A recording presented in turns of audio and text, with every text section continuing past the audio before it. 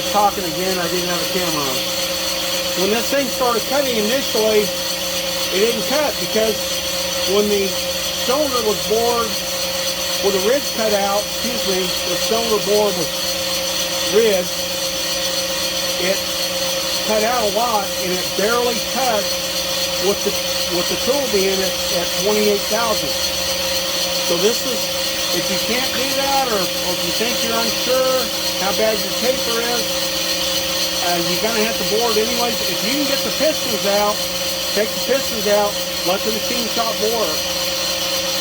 A lot of times if I'm going to bore it, I don't cut the ridge. I don't go to that step. Okay. We're going to advance our cast pod. We just touched it. Let it feed just a little bit. We're going to remove our lever for our detent spring. There you go. 3 clicks. Sometimes you can go 4. But usually 2 or 3 is enough. Like I said, it's another little mechanism to help. What it is, it's centering that bar up perfectly and keeping it supported as it bores down through there. That one I gave it one more little click.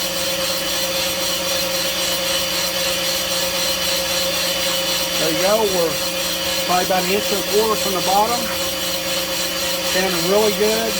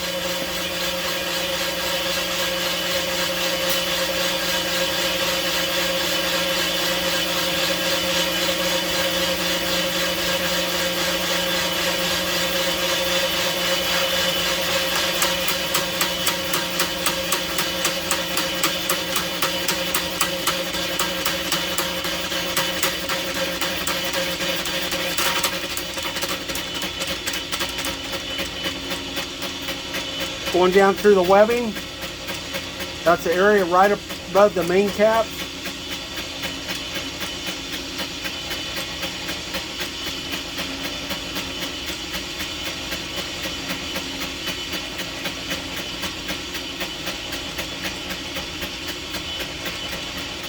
Okay, so toward the bottom.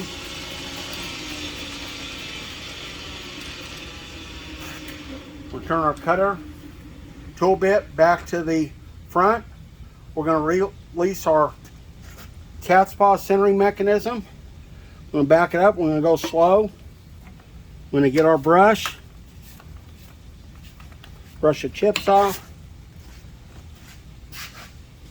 Get our tool bit retraction tool. Before you remove the boring bar or change holes, you always want to remove the tool bit. Or some boring bars, the way they're made, the centering mechanism is below the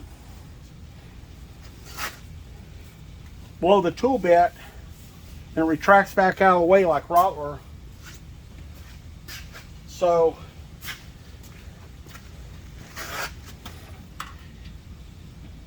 you don't have to do that. Okay, we're going to check our cylinders. I always check even though I know that I've changed nothing.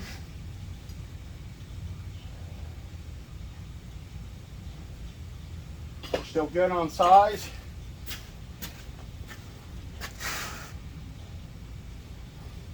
Back this off.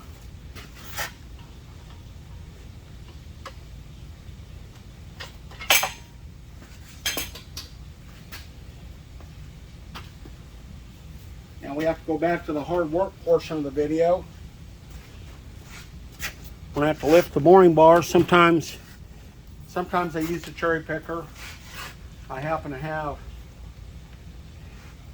tied up. It's got a block hanging on it, and I didn't feel like wanting to load the block.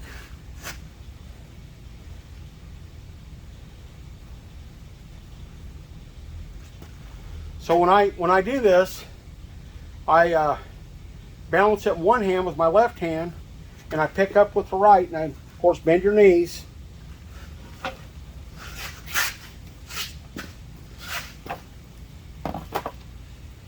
It's a little awkward. It's not too bad.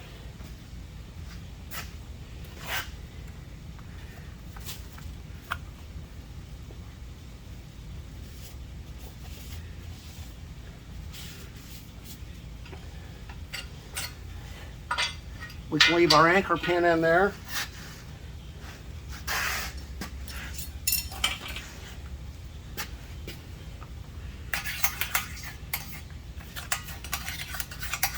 And this block was very rusty too. That was another thing that was bad about it.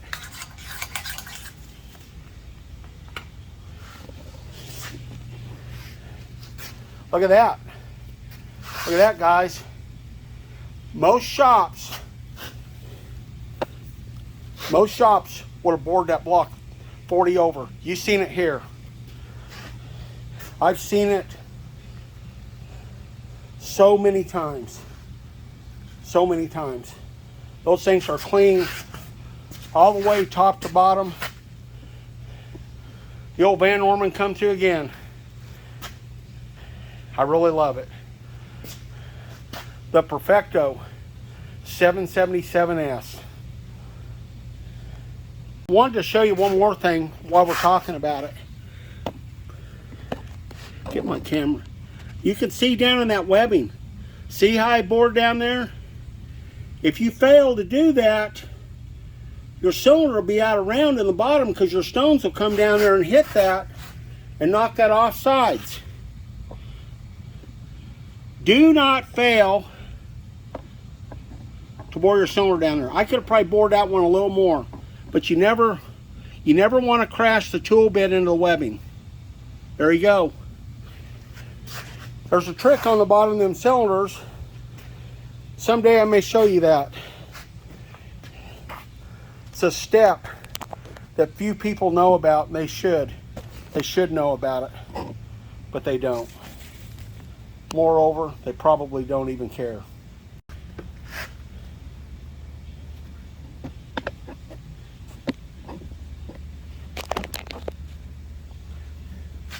Okay.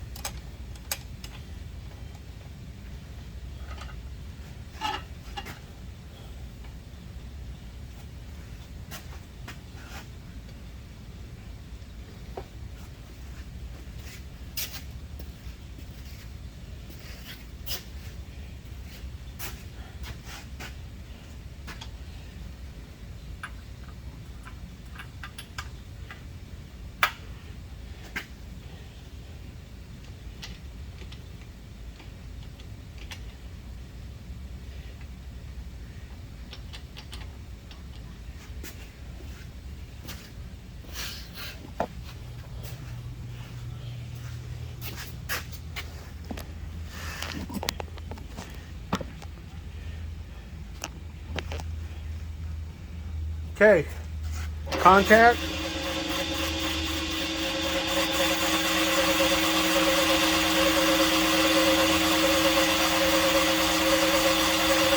probably do this last cylinder, and then I'll do the rest off camera. You can hear it. It's barely cutting.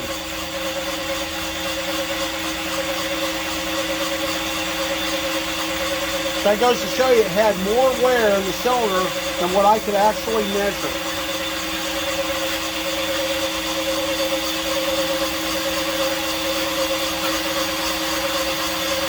Start to cut a little more.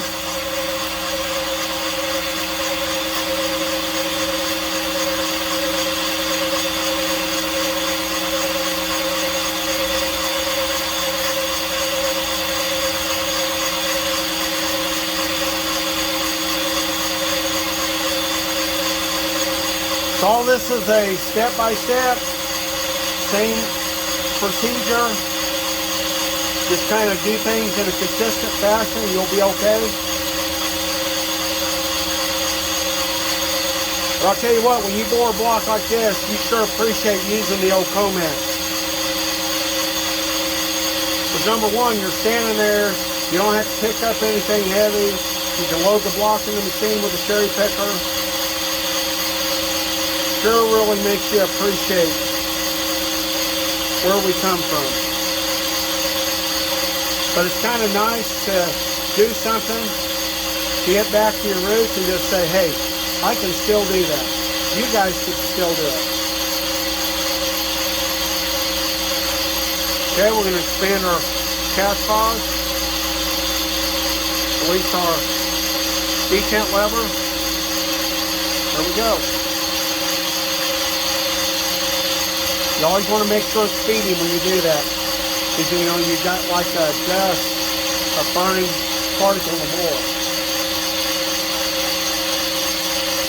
Want to make sure those tips are cleaned off between the cast hose and the bore.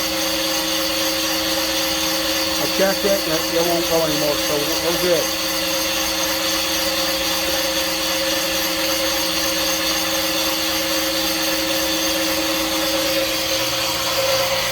I want to show you something.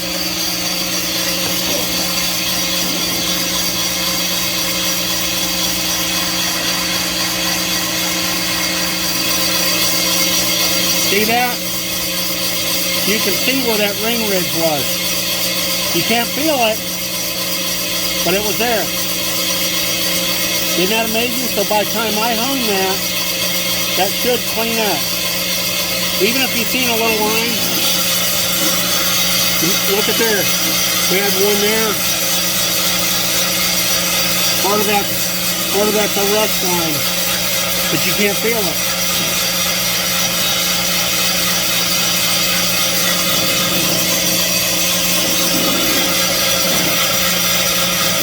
That's just a rust line there.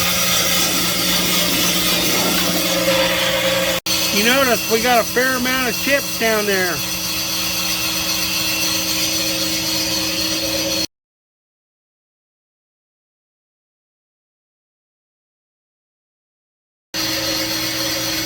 Looking good.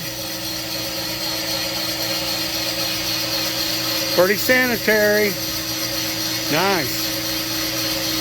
We get through and we'll load it up in the Peterson Power Stroker.